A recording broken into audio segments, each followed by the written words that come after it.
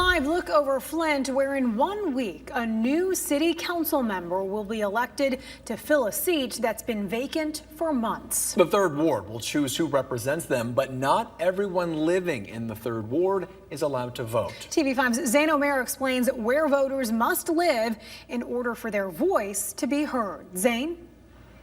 Chet and Meg, it's not just Flint with an election. 4 communities in Genesee counties, Argentine Township, Burton, Grand Blanc Township, and again Flint, have elections to vote in exactly 1 week from today. The city of Burton is having their primary election for their city council race.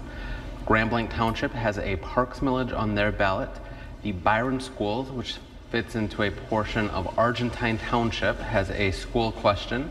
And then in the city of Flint, the 3rd Ward is having their general election to replace the vacant 3rd Ward council seat. Genesee County Clerk Dominique Clemens is hoping voters will make their voices heard on Tuesday, August 5th. We do anticipate this to be a lower turnout election in all 4 of the jurisdictions that have an election.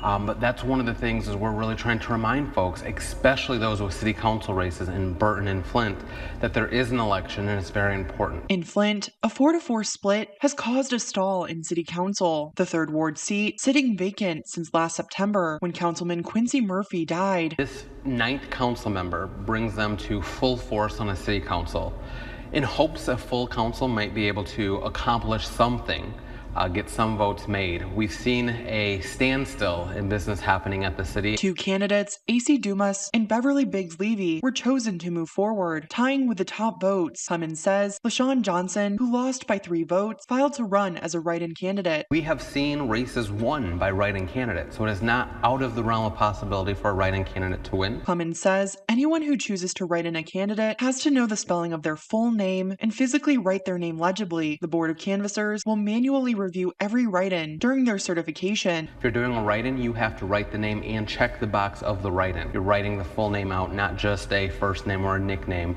But the more accurate you are, the better chance that that vote will be counted for that individual. And not everyone living in the 3rd Ward will be able to vote because this is a special election to fill Murphy's vacancy. This election is being held in the same boundaries in which he was first elected to.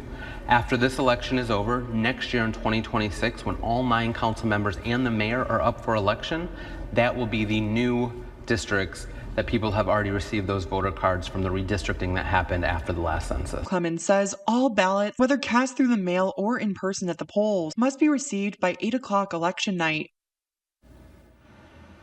The deadline to register by mail or online has now passed, but you can register to vote in person at your clerk's office within 14 days of an election and on election day. Thank you, Zane. You can see what's on your ballot by visiting the hot link section on WNEM.com.